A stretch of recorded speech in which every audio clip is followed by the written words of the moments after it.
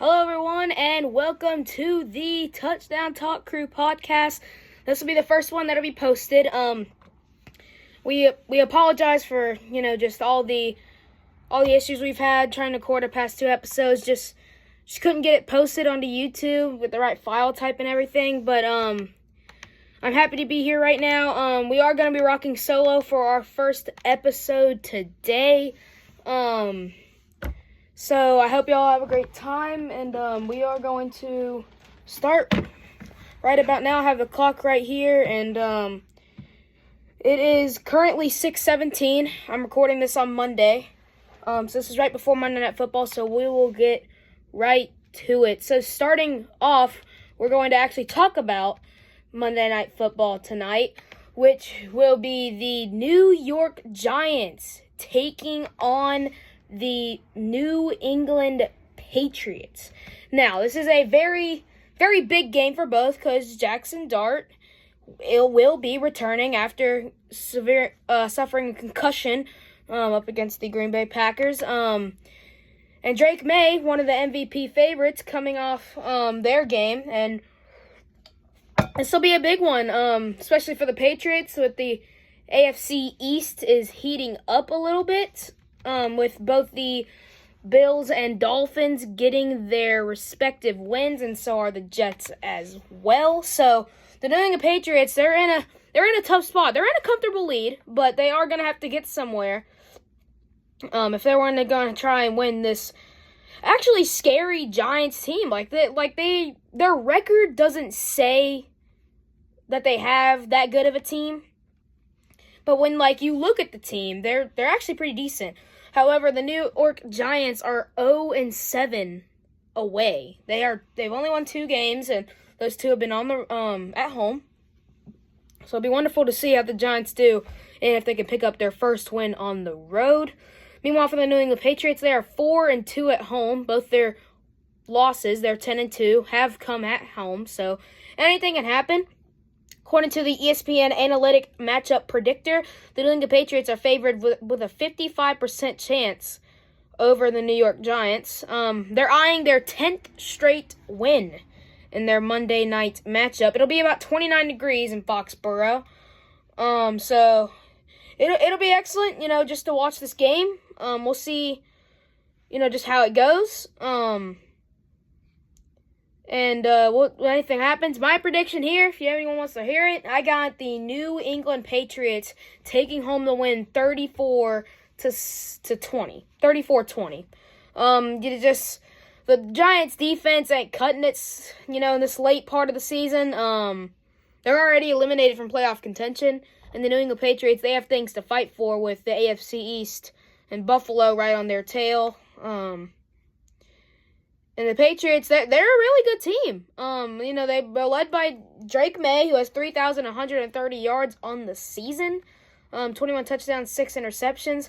Then they have Trayvon Henderson, Stephon Diggs, Harold Landry, who's actually questionable for this game. However, the Giants are coming off their loss, but it was a big game for them. I mean, they almost came back. It was a tough loss against Detroit, but they look to bounce back. Both of these teams have had just enough time to prepare.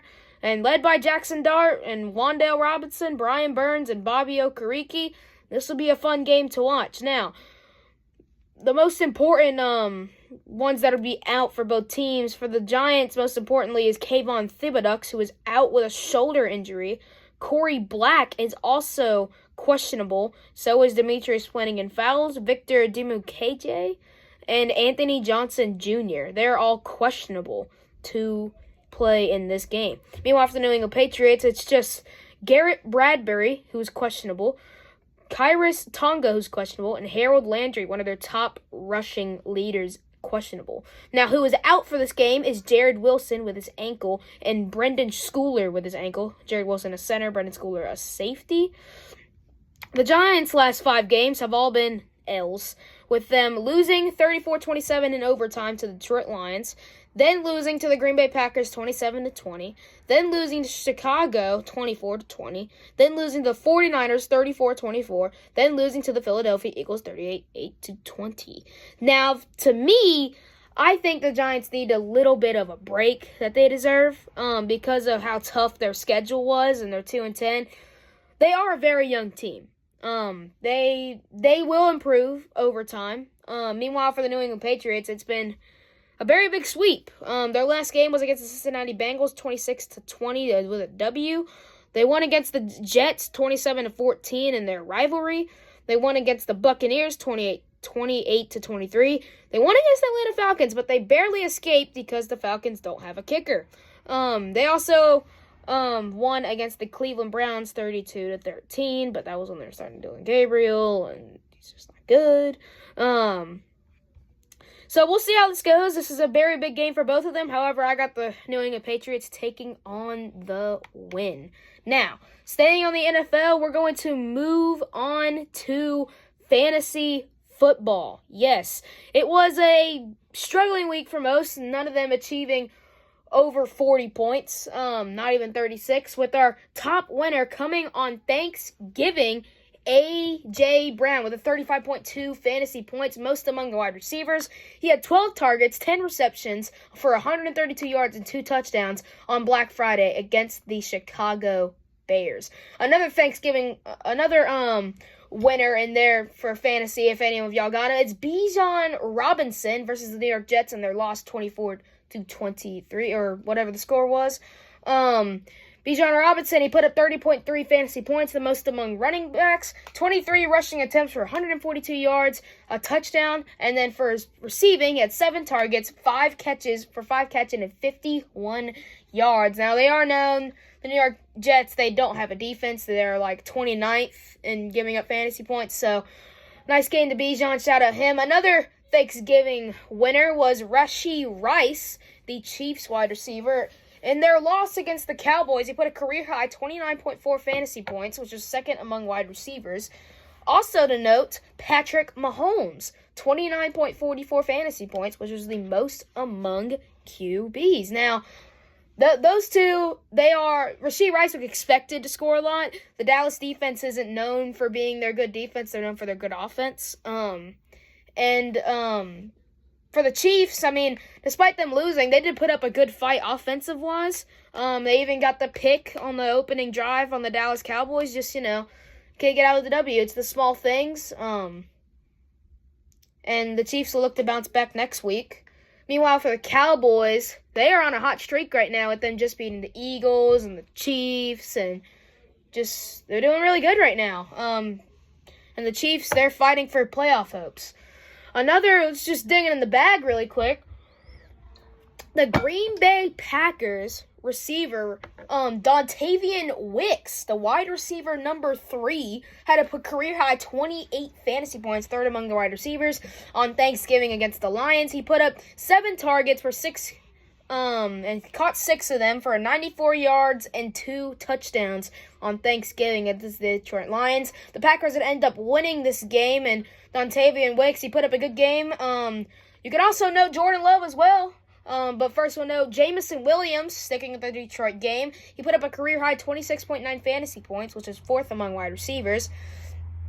However, this is bad because the reason he got all those points was because of a big injury in fantasy. Amon-Ra St. Brown left the game in the first quarter and did not return in their loss with a supposed ankle injury. He is questionable to return their next game.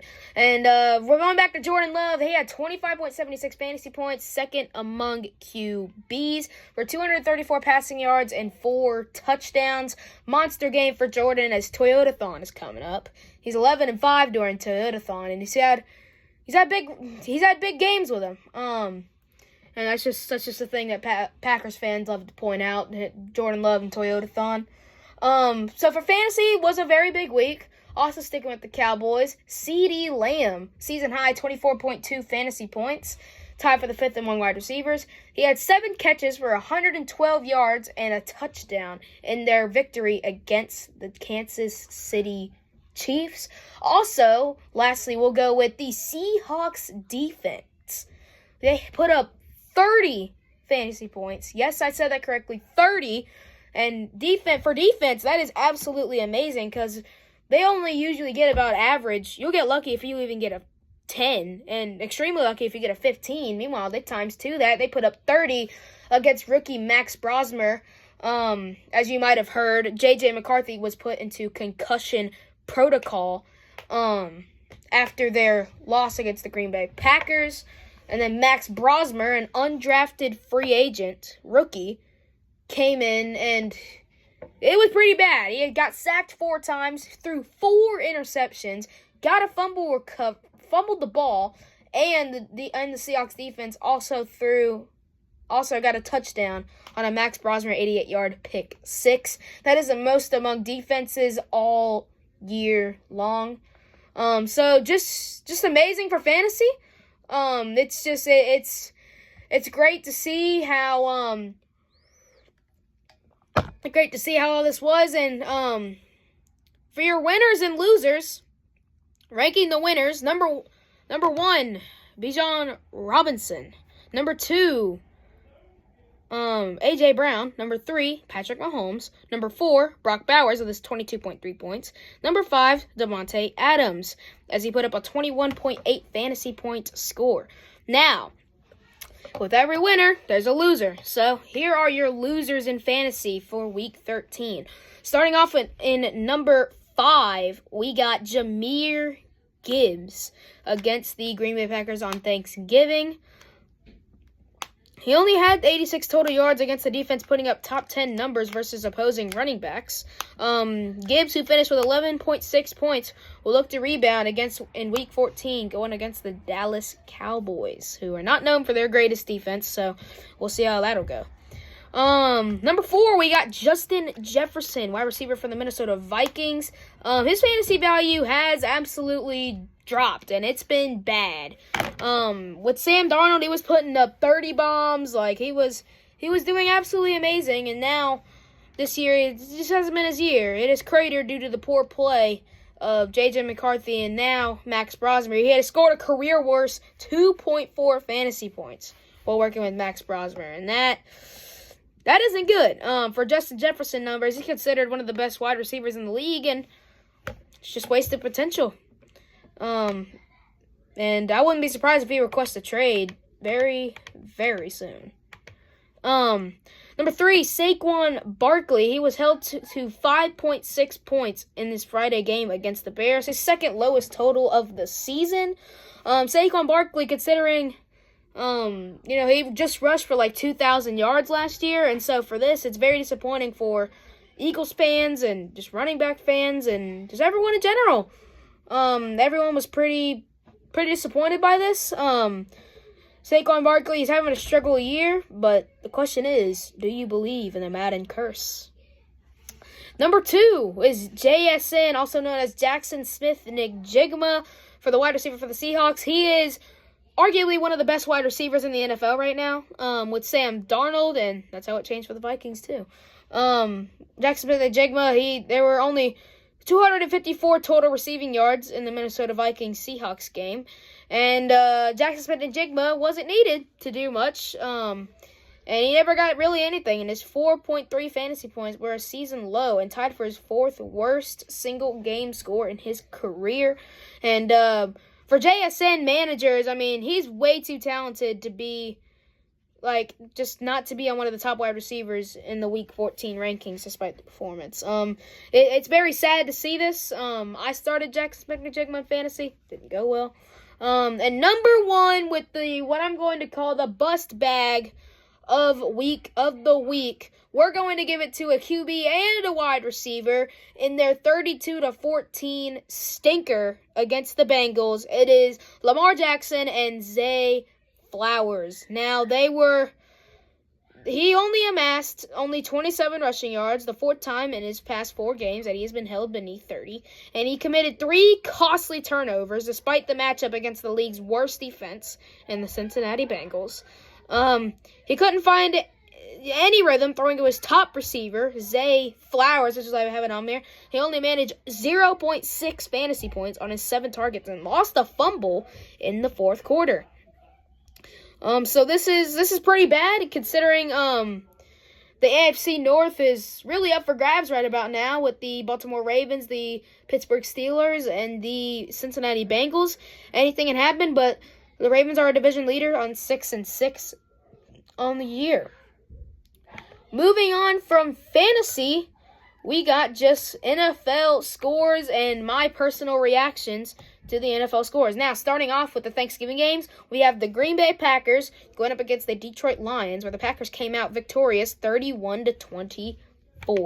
Now, the Green Bay Packers, they were highly doubted for this game. They did not think, no one thought they were going to pull it out, but they did, and they get their first season sweep of the Detroit Lions since 2020. Micah Parsons continues to have his triumph in his season. So this is a big win for the Packers, brings them 8-3-1, just right behind the Chicago Bears. If they had lost that game, then everything would be okay. But here we are now. And the Packers 8-3-1. The Lions dropped to 7-6. They could possibly have their first losing season they've had in a little while under Dan Campbell. The Chiefs and Cowboys. The Cowboys came out victorious 31-28 over the Kansas City Chiefs.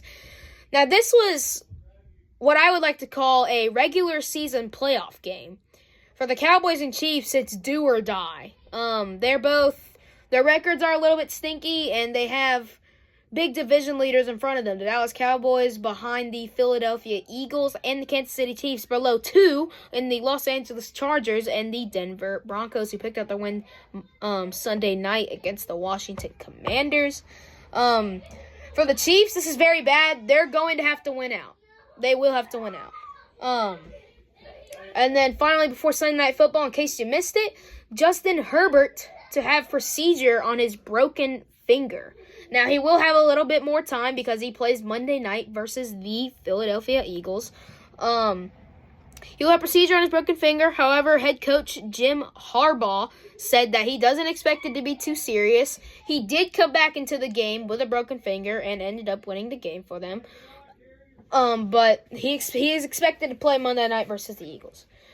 Moving on, the last Thanksgiving game, we have Sunday Night Football, November 27th. The Bengals coming victorious against the Ravens 32-14. Joey B coming back in his first game since week 2 after suffering grade 3 turf toe. 32-14. Now, for the Ravens, I talked about Lamar Jackson and Zay Flowers. Their offense didn't get anywhere against the league's worst defense. And the Bengals, if they win out, they're starting to look a little bit tough now because they could go, I think, 9-8 at best. And so that would be good. Just, for the Bengals, they have a genuine chance here with the AFC North crumbling. Another, in case you missed it, Aaron Jones, the Vikings starting running back, left the game versus the Seahawks yesterday with a shoulder injury. Aaron Jones, the former Packer, getting injured in that game, and without their run game, they couldn't get anywhere, which led to Max Brosmer having to throw the ball frequently, and then the Seahawks put up 30 fantasy points. Black Friday football, Thursday Night Football, the Bears-Eagles. The Bears coming victorious 24-15. They win. They're now starting to get a little bit of a streak here with their big win against the struggling Eagles. The Bears, with this win, remain number 1 in the NFC North, with the Packers just right behind them. This 24-15 win really makes them seem like they are legit now. I think they'll actually start being noticed. They are king of the NFC with the Rams loss. So this will be good for both of them. This just in, wide receiver Marvin Harrison Jr., when he left the game versus the Buccaneers yesterday on his heel, he seems to be walking fine in practice. So that's good news for all you Cardinals fans out there. He left the game of the Buccaneers on his heel after trying to catch a ball. It was his left foot. Jacoby Brissett's number 1 receiver so far, right next to Trey McBride. So that's good for Cardinals fans to hear. Moving on, the upset of the week. The Los Angeles Rams fall short of the Carolina Panthers 31-28. This was in Carolina, and the Rams, their win streak is finally over. They had a 6-game win streak going. So this is just very disappointing for the Rams. The Panthers are actually starting to look really good. They could definitely become king of the NFC South, which is looking very, very takeable right about now.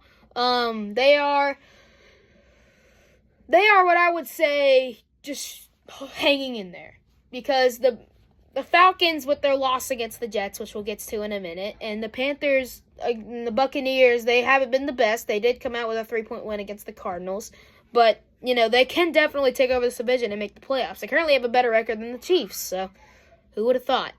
In the 49ers-Browns game, the 49ers victorious 26-8. Shedeur Sanders did not look too good at all. 26-8, and it was mostly just their defense, and their offense couldn't really get anywhere anyway. And the 49ers come victorious on the road. The Texans-Colts game. With this win over the Colts 20-16, the Jacksonville Jaguars will take over the AFC South. So this is big for AFC South fans, because this division isn't going anywhere yet. And the Colts, just 3 weeks ago, they were kings of the world, and now they're starting to run a little low now. In the Saints-Dolphins game, the Dolphins escape with a victory, 21-17. Now, the end of this game was pretty wild. The Saints ended up scoring a touchdown. They needed a 2-point conversion. They were down 17-19. And so they went for 2, threw the ball, and it was intercepted by Minkah Fitzpatrick. Ran it all the way for a 2, which made it 17-21. Then the Saints end up getting an onside kick, okay, because it touched the Dolphins player thumb. But then the Saints, they just can't get it all the way, and eventually the Dolphins victorious in Miami. Now another big game right here. The Falcons falling short against the New York Jets, 24-27. It was on Nick Folk's game-winning 57-yard field goal. And for the Falcons, our season is looking about over. If they lose this next game, they're eliminated from playoff contention. And there were Fire Raheem chants in the stands after the game. Now, moving on, the Cardinals-Buccaneers, 20-17. This was a huge win for the Bucs. They need to start winning out if they're going to take over this division. For the Jaguars, they beat the Titans 25-3. The Titans continue to have the worst overall record in the NFL with 1-11. Their only win coming against the Arizona Cardinals. The Jaguars, with this win, take over the AFC South over the Colts and Texans just like that. And for Jaguars fans, you love to see it. And it's amazing for them. And the Jaguars, if they can hang on, they can actually make the playoffs for the first time since 2022. Moving on, the Seahawks-Vikings game. Seahawks shut out the Vikings 26-0. And rookie quarterbacks on the road. They're never really meant to be too good, and it shows right there with 0 points put up anytime. The Chargers victorious against the Raiders 31-14. The Chargers remain second place in the division. The Raiders are out of playoff contention. And the Chargers pick up the win. Now they just have to hope that there's nothing serious about Justin Herbert, who had a broken finger. In the Bills-Steelers game, 26-7, Bills come out victorious in Pittsburgh. The Bills starting to go a little hot now. They just gotta hope the Patriots will lose this game against the Giants. And they'll be creeping up towards these Patriots in the division. Meanwhile, for the Steelers, the Aaron Rodgers calls his receivers boo-worthy in their stinky game against the Bills. Sunday Night Football. Just last night, the Broncos take the Commanders in overtime, 27-26. Now, for the Commanders, this makes them out of playoff contention. For the Broncos, they remain number one in the division. It came down to the very last play, though. the Commanders taking the Broncos to overtime. And in overtime, the Broncos ended up scoring, but the Commanders, they ended up scoring as well. But they tried to go for 2 in the win and did not get it. It was knocked down by Nick Bonito. He had a receiver, but just couldn't get it done. Marcus Mariota. And they fall to 3-9 on the season. And that is everything in the NFL and all my reactions. And now we will move on to college football. But before we do that, breaking news, this just in. The home of the Eagles offensive coordinator, Kevin Patullo, who is heavily hated by the Eagles community. He was vandalized after their loss against the Bears, 24-15 at home. He was vandalized with eggs Saturday morning, just the morning right after the game, according to the Moorestown Police Department. A video surfaced on social media of multiple people appearing to throw objects at Patullo's home. It were rocks, and then Moorestown Police clarified it was eggs, and their offensive woes had continued. They ranked 24th in yards, 23rd in passing, and 22nd rushing, and 19th in scoring. So just thought that you can point that out to anyone who knows. Also, Sauce Gardner, he was injured in their game against the Texans. And Sauce Gardner says his Achilles is okay. However, the Colts not mulling an IR move. It was his calf injury, and he seems to be just kicking it right now. Jaguars Cohen shrugs off punter's alleged threat.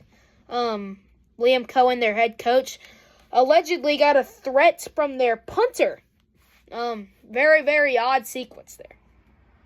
Now, Lions cornerback Arnold will move to IR, and he is out for at least 4 games, Eric Woodyard reports. Packers defensive tackle Devontae Wyatt, his ankle, is out for the rest of the season, Packers insider Rob Demoski reports. All right, now we will move on to college football. Rivalry weekend is over. There were some upsets, but overall, just big for everyone. And before we start, if you're living under a rock, here you go. Lane Kiffin has officially accepted a hiring at LSU. Now, it has been announced. He did announce it to his team. He will not coach for Ole Miss while they're in the college football playoff.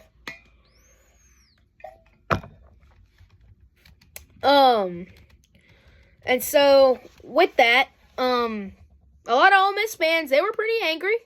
And they can't, I don't know what they're going to do. For Ole Miss, they're probably not going to win their first game, in the playoffs. And Lane Kiffin, he was a big piece of their, thing. He used to be an offensive coordinator for Alabama next to Nick Saban. It's just big. This is massive news for Ole Miss and LSU. Florida originally tried to hire him, but then they moved on from him, and they ended up hiring John Sumrall, coming from Tulane, the Green Wave. Now, he will finish the season with the Green Wave. They have a chance to make the playoffs. It's not too high, but they have a chance to make the playoffs. The All-State Playoff Predictor predicts them with a 32% chance to make the college football playoff. Now, for the college football playoff, we're going to get to this just right here, right now. To start off, we're going to go with the college football all-state playoff bracket predictor. And just every major team and their chances to make the college football playoff. For Indiana, Ohio State, Ole Miss, Oregon, Georgia, Oklahoma, they are all guaranteed to make the college football playoff with a 99% chance. For other teams that are up there, Texas Tech, they have a 98% chance to make it. Texas A&M, they have a 97% chance to make it. Moving on to a little bit lower, but still very high, Notre Dame with an 83% chance to make it. Alabama with a 67% chance to win it. James Madison with a 61% chance to make it as a group of 5 team. Virginia with a 56% chance to make it. They'll have to win their game against Duke, however, in the ACC Championship. Moving on, 47%. We're getting below 50s now. 47%, it's North Texas. 36%, it's the BYU Cougars. 32%, it's the Tulane Green Wave. And now we're moving on to very, very low, like they're probably not going to make it. With 10% is the Miami Hurricanes. With 6%, it is the Vanderbilt Commodores. For 2%, it's Boise State. 2%, it's Utah. And 2%, it's Texas.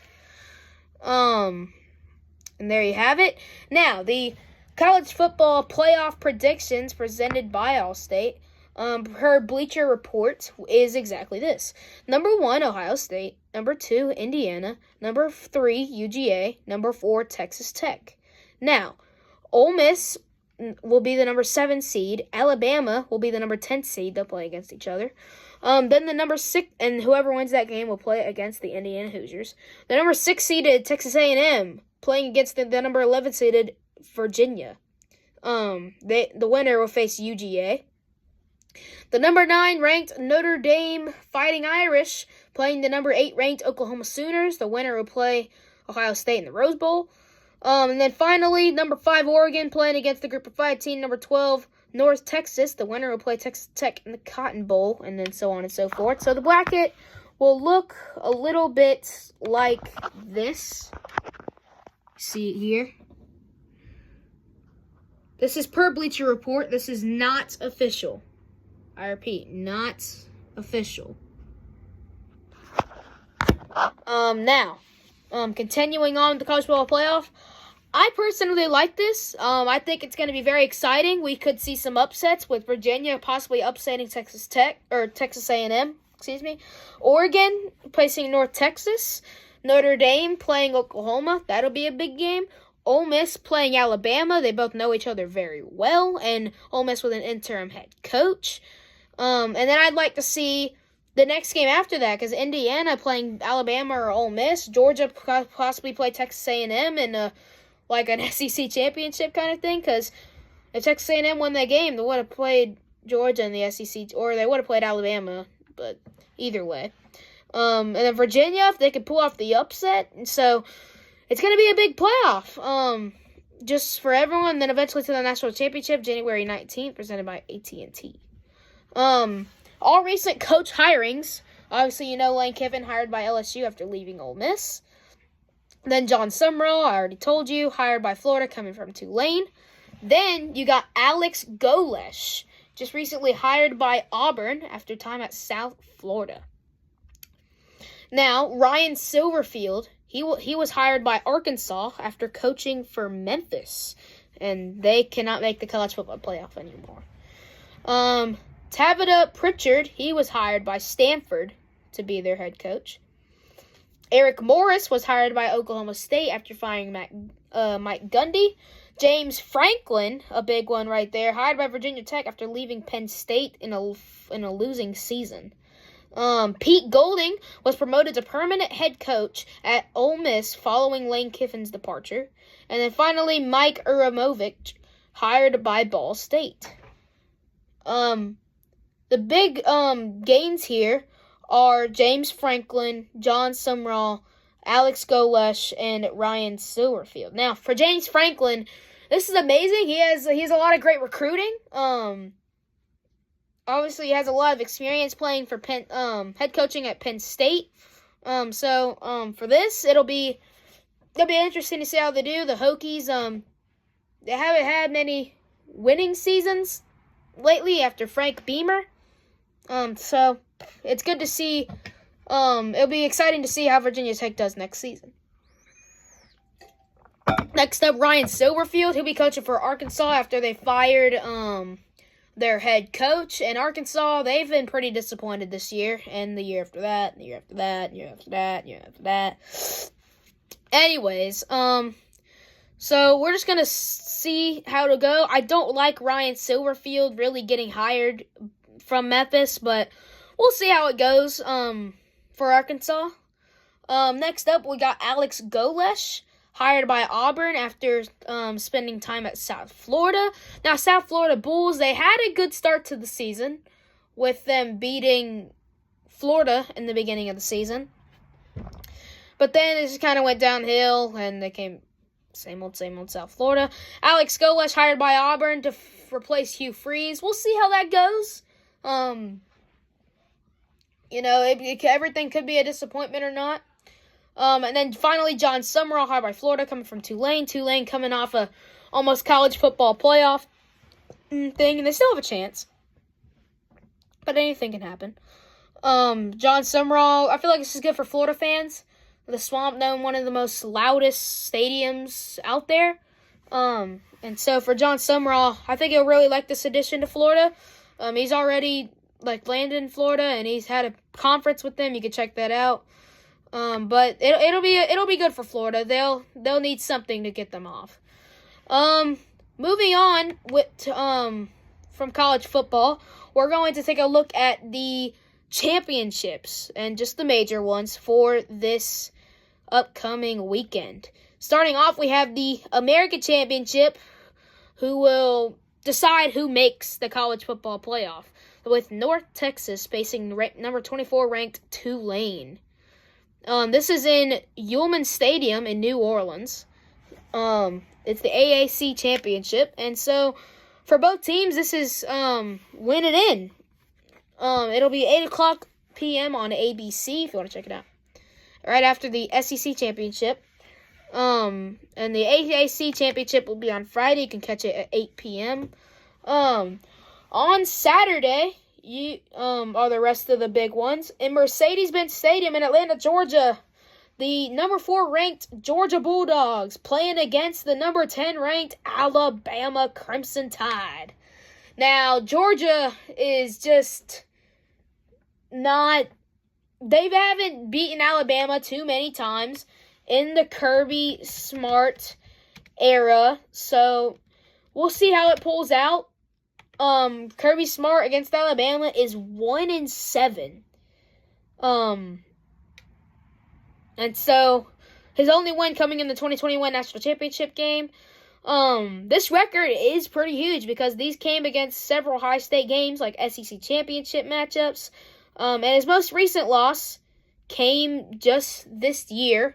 And so we'll see how it goes for Georgia-Alabama. Very exciting game to watch. Alabama, if they lose this game, could possibly miss college football playoff. So must watch there. You can catch it at 4 p.m. on ABC. Right after the Big 12 Championship with the number 11 ranked BYU Cougars fighting for their playoff hopes, going against the number 5 ranked Texas Tech Red Raiders in AT&T Stadium in Arlington, Texas, where the Dallas Cowboys play.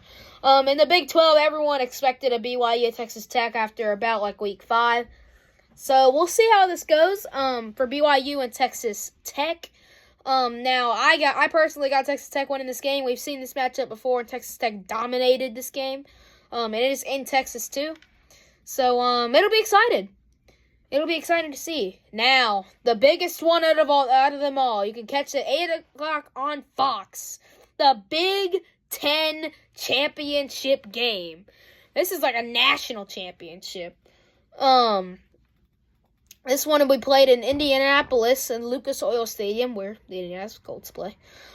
Featuring the undefeated Indiana Hoosiers, number 2 in the land, taking on number 1 Ohio State, undefeated, coming off their win against Michigan 27-9, their first ever in a couple of years, ever since 2019 under Ryan Day.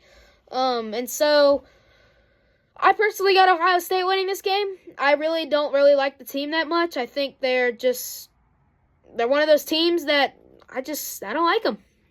It's kind of like me with Alabama. I am a proud Georgia fan. So it'll be exciting to see this one. I'm definitely going to watch the Indiana and Ohio State take on. because this can also affect first round bye. Indiana and Ohio State, if any of them lose this game, they could drop down to at least 4. So everything matters in the conference championships with playoff-wise. And the final one at 8 p.m. on ABC in Charlotte, Bank of America Stadium, where the Carolina Panthers play. It's the ACC Championship with the Duke Blue Devils playing the Virginia Cavaliers. Now, if Virginia loses this game, they're out of the college football playoff. It's over. They aren't winning it. This will be a good game to see.